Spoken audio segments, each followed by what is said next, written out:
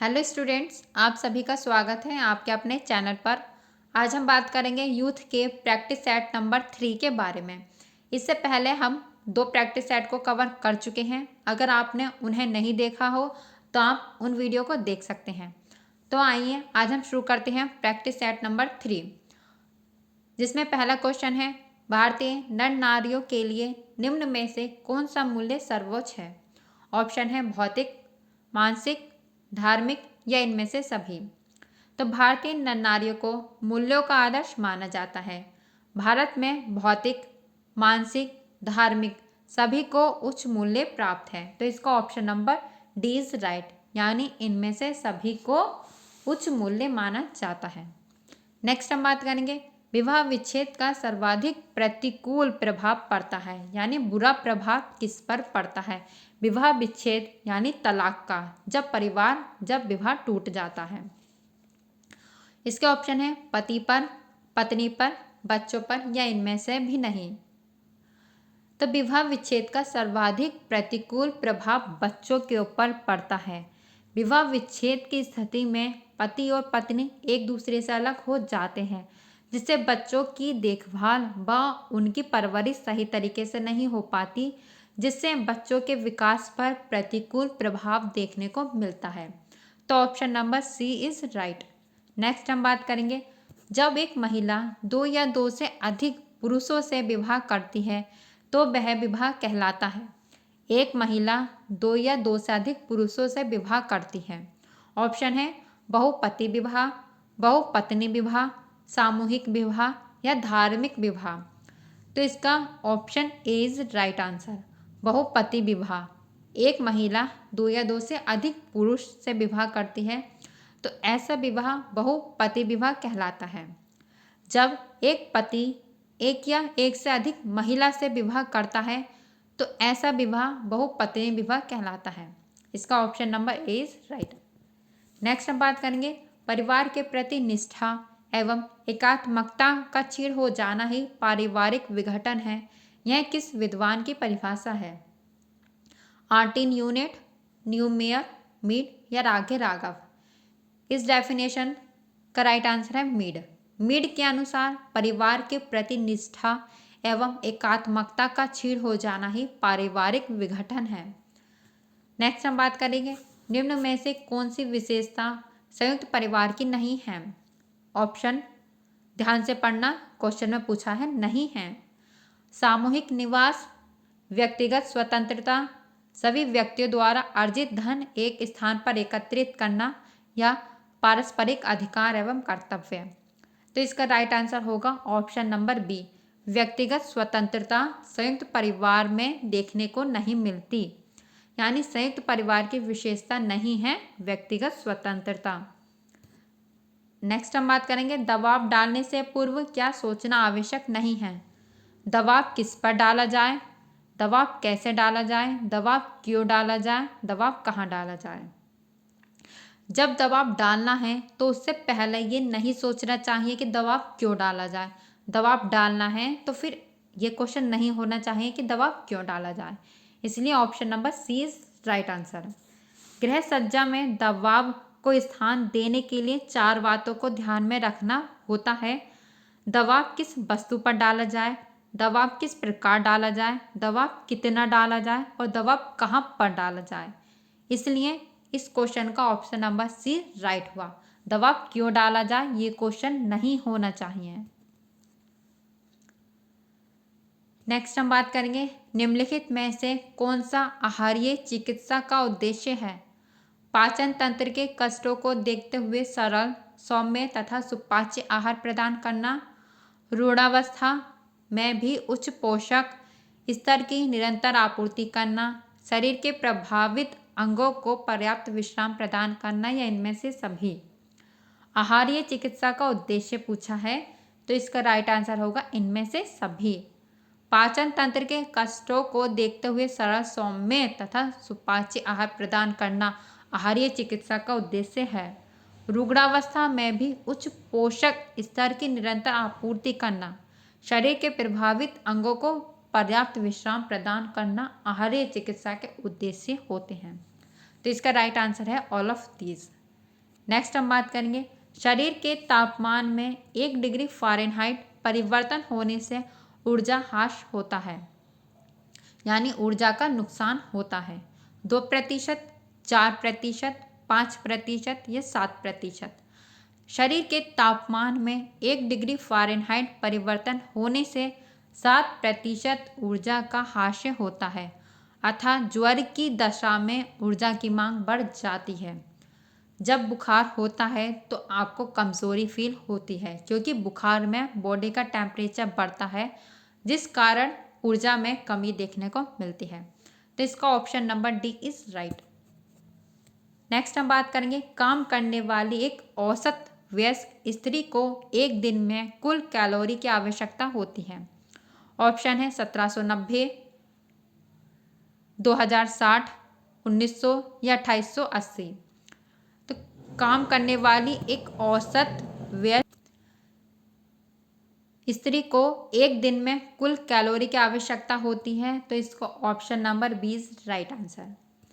Next हम बात करेंगे अगर एक बच्चे में पौष्टिकता की कमी है तो उसके सर की परिधि ऑप्शन है छाती से छोटी होती है, छाती से बड़ी होती है, छाती के बराबर होती है या छाती कोई संबंध नहीं होता। अगर एक बच्चे में पौष्टिकता की कमी होती है यानी न्यूट्रिशंस की कमी होती है तो उसके सर की परिधि छाती से छोटी होती है। Option number A is right answer. Next हम बात करेंगे ट्राइडजिल टेस्ट निम्नलिखित में से किससे संबंधित है। ऑप्शन है भोजन का ज्ञानेंद्रिय मूल्यांकन, भोजन के प्रोटीन का अनुमान, भोजन में वसा का मूल्यांकन या उपयुक्त में से कोई नहीं। ट्राइडजिल टेस्ट भोजन का ज्ञानेंद्रिय मूल्यांकन से संबंधित है। Option number A is right. Next हम बात करेंगे बच्चों के शारीरिक विकास में सबसे महत्वपूर्ण कारक है निद्रा, व्यायाम, पोषण या स्वच्छता। बच्चों के शारीरिक विकास में सबसे महत्वपूर्ण होता है पोषण। बच्चों को किस प्रकार का पोषण दिया जाए जो कि उनके शारीरिक विकास वृद्धि में सहायक हो, ये सबसे महत्वपूर्ण क्वेश्चन होता है। तो इसलिए बच्चों के शारीरिक विकास में सबसे महत्वपूर्ण होता है पोषण। बच्चों को अच्छे से अच्छा पोषण दिया जाए जिसके अंदर ज़्यादा से ज़्यादा न्यूट्रिशन मौजूद हों। नेक्स्ट हम बात करेंगे जल एक यौगिक है जो निम्न तत्वों से मिलकर बनता है कार्बन तथा हाइड्रोजन, कार्बन तथा सल्फर, हाइड्रोजन तथा ऑक्सीजन या उपयुक्त में से कोई नहीं। जल एक यौगिक है, इसका रासायनिक सूत्र होता है H2O। H मतलब हाइड्रोजन, O मतलब ऑक्सीजन। तो इस प्रकार इसका राइट आंसर हो ऑप्शन नंबर सी, हाइड्रोजन तथा ऑक्सीजन तत्वों से मिलकर बना है जल। नेक्स्ट हम बात करेंगे जख्म भरने में निम्नलिखित तत्व शामिल हैं कैल्शियम, सोडियम, जस्ता या मैग्नीशियम। जख्म भरने में जस्ता सहायक होता है। निम्नलिखित में से कौन सामाजिक परिवर्तन की विशेषताओं में शामिल नहीं है। सामाजिक परिवर्तन की प्रकृति सामाजिक होती है, सामाजिक परिवर्तन एक जटिल तथ्य है, सामाजिक परिवर्तन एक सार्वभौमिक घटना है, सामाजिक परिवर्तन की गति समान और अतुलनीय है। क्वेश्चन में पूछा है नहीं है। तो सामाजिक परिवर्तन की विशेषता होती है, सामाजिक परिवर्तन की प्रकृति सामाजिक होती है, जटिल तथ्य भी है, यह एक सार्वभौमिक घटना है, लेकिन इसकी गति समान नहीं होती। तो इस प्रकार इसका राइट आंसर हुआ ऑप्शन नंबर डी। नेक्स्ट हम बात करेंगे निम्नलिखित में से कौन अंतर पीढ़ी संघर्ष के कारणों में शामिल नहीं है। पश्चिमी मूल्य, आधुनिक शिक्षा, परिवार की संरचना में परिवर्तन या मानवीय मूल्य।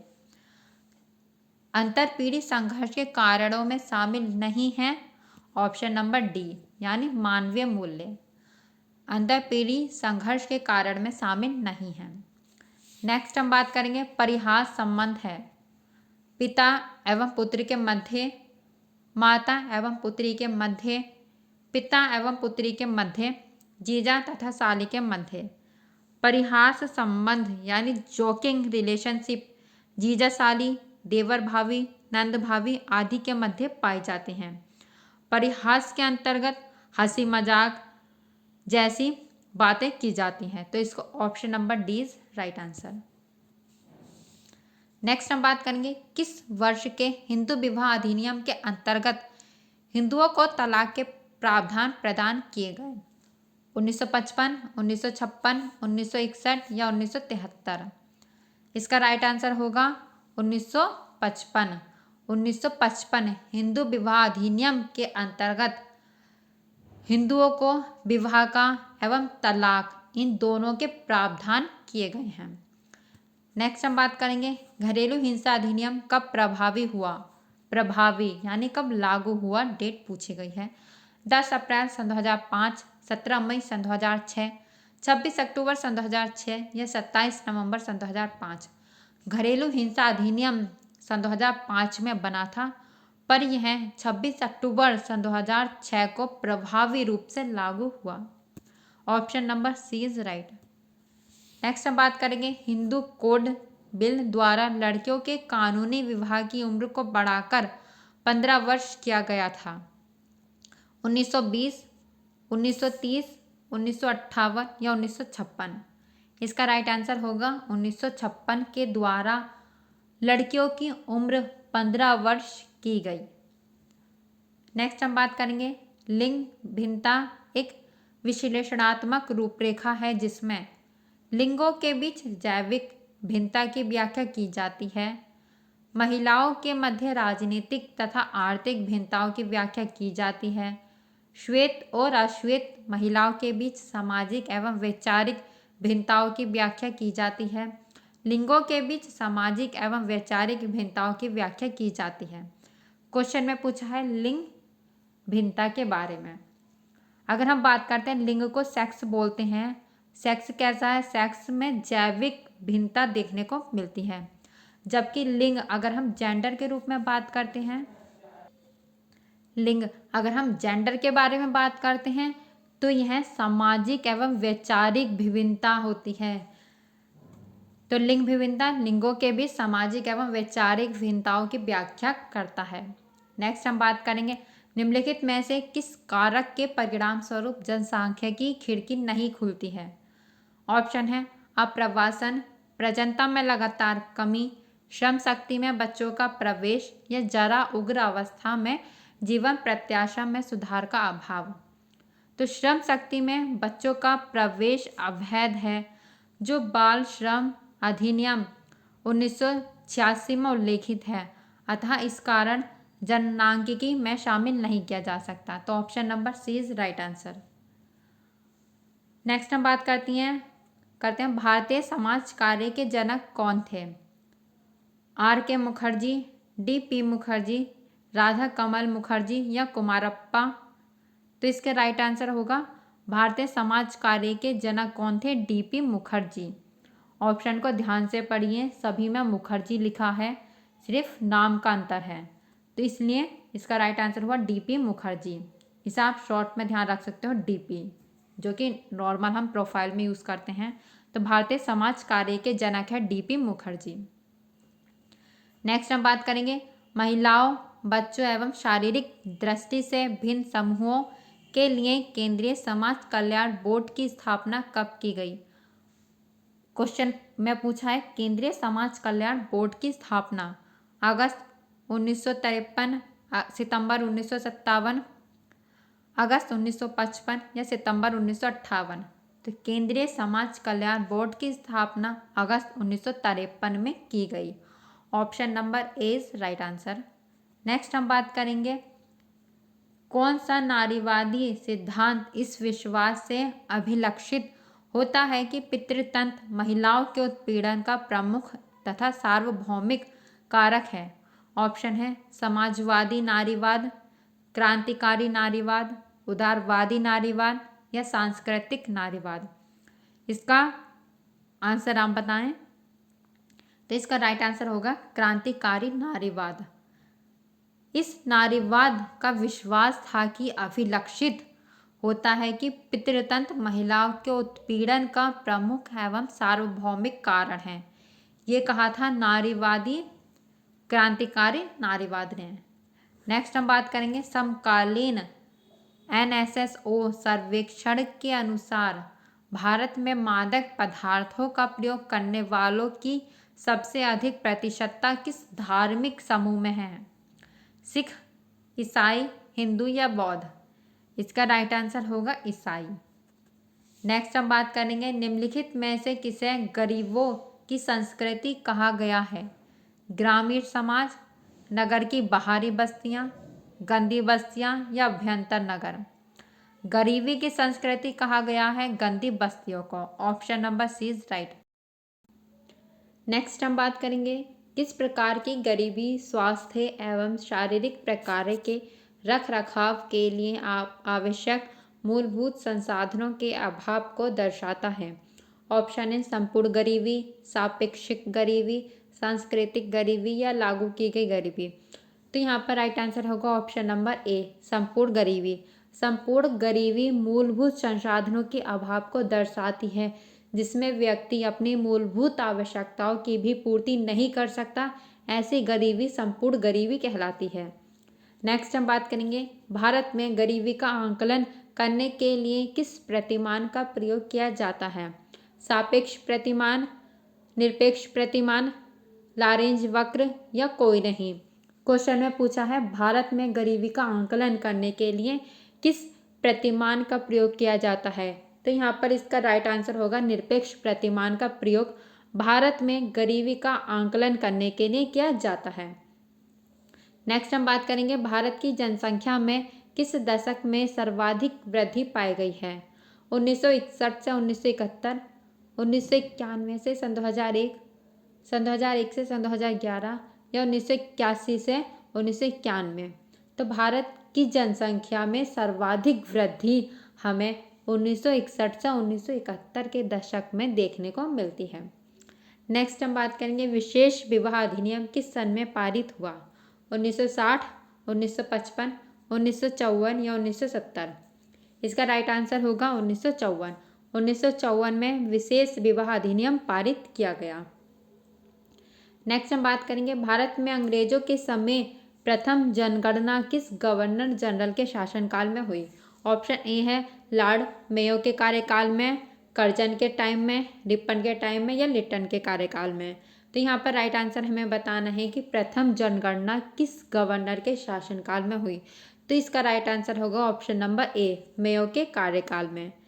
नेक्स्ट हम बात करेंगे, निम्नलिखित में से कौन विवाह के निषेध से संबद्ध नहीं है? ऑप्शन ए है निकटाभिगमन, बी बहिर्विवाह, सी है अंतर्विवाह या ऑप्शन डी है बहुविवाह? तो इसका राइट आंसर बताएं। इसका राइट आंसर होगा बहुविवाह, विवाह के निषेध के संबंध में नहीं है। नेक्स्ट हम बात करेंगे, मिताक्षरा एवं दायभाग क्या है? ऑप्शन नंबर ए है वर्णाश्रम धर्म के संबंध में चिंतन के दो संप्रदाय। ऑप्शन बी है वैदिक युग के दो दार्शनिक। ऑप्शन सी है हिंदू धर्म में पैतृक संपत्ति के उत्तराधिकार एवं दाय प्राप्ति को विनियमित करने के कानून के दो संप्रदाय। ऑप्शन डी है प्राचीन काल के दो महत्वपूर्ण संगठन। तो यहाँ पर हमें मिताक्षरा एवं दायभाग के बारे में बताना है, जिसका मतलब होता है हिंदू धर्म में पैतृक संपत्ति के उत्तराधिकार एवं दाय प्राप्ति को विनियमित करने के कानून के दो संप्रदाय। मिताक्षरा एवं दायभाग हिंदू धर्म में पैतृक संपत्ति के उत्तराधिकार से संबंधित हैं। तो option number C is right answer. Next हम बात करेंगे, सूची 1 को सूची 2 से मिलान कीजिए और सही उत्तर का चुनाव करना है। तो यहाँ पर पहला आपको क्वेश्चन दिया गया है, इसके बाद में कूट दिए गए हैं। तो आइए हम क्वेश्चन को पढ़ लेते हैं। सूची 1 और सूची 2 का मिलान करना है। सूची 1 में बताया गया है चेतन और अचेतन नियंत्रण, प्रत्यक्ष और अप्रत्यक्ष नियंत्रण, सकारात्मक और नकारात्मक नियंत्रण, संगठित और असंगठित नियंत्रण। तो चेतन और अचेतन नियंत्रण के बारे में किसने कहा है? इनके बारे में कहा है कूले और बर्नार्ड ने। जबकि प्रत्यक्ष और अप्रत्यक्ष नियंत्रण के बारे में कहा है मैनहीन ने। सकारात्मक और नकारात्मक के बारे में कहा गया है किम्बाल यंग ने। और संगठित और असंगठित नियंत्रण के बारे में कहा है जॉर्ज गुरविच ने। तो इस प्रकार यहाँ पर हमारे मिलान सही होते हैं। आइए अब हम इन्हें कूट में देख लेते हैं। तो कूट में इसका राइट आंसर होगा ऑप्शन नंबर सी। नेक्स्ट हम बात करेंगे पति पत्नी की परिधि तथा इसके केंद्र में स्थित रक्त संबंधियों से बनने वाले परिवार को क्या कहा जाता है? रक्त मूलक परिवार, दाम्पत्य मूलक परिवार, प्रजनन परिवार या उपयुक्त में से कोई नहीं। तो क्वेश्चन में पूछा है पति और पत्नी की परिधि तथा इसके केंद्र में स्थित रक्त संबंधी। तो इसका राइट आंसर होगा ऑप्शन नंबर ए, रक्त मूलक परिवार। नेक्स्ट हम बात करेंगे महात्मा गांधी के लिए बापू शब्द का प्रयोग करना किसका उदाहरण है? मानित नातेदारी, कल्पित नातेदारी, विषम स्थानिक नातेदारी, पश्चिम भारत में प्रचलित नातेदारी। तो गांधी जी के लिए बापू शब्द का प्रयोग मानित नातेदारी के अंदर आता है। तो option number A is right answer, मानित नातेदारी। नेक्स्ट हम बात करेंगे निम्नलिखित में से किसने निषेध की व्याख्या सामाजिक नियंत्रण के यंत्रकारी रूप में की है?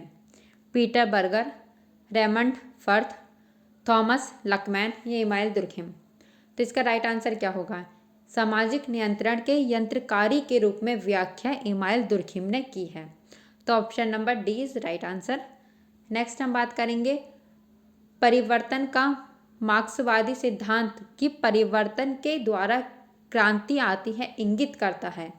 विद्यमान संरचना में परिवर्तन, संपूर्ण संरचना में परिवर्तन, विद्यमान संरचना में आंशिक परिवर्तन या संरचनात्मक तत्वों में नाममात्र का परिवर्तन। तो परिवर्तन के कारण क्रांति आती है, इसका मतलब होता है संपूर्ण संरचना में परिवर्तन लाना। Option number B is right answer. Next हम बात करेंगे सामाजिक परिवर्तन संबंधी किस सिद्धांतकार का विचार दबाव सिद्धांत पर आधारित है? राल्फ डायरेनडॉर्फ, कोजर, टायनवी या स्पेंगलर। तो दबाव सिद्धांत पर राल्फ डायरेनडॉर्फ का सिद्धांत आधारित है।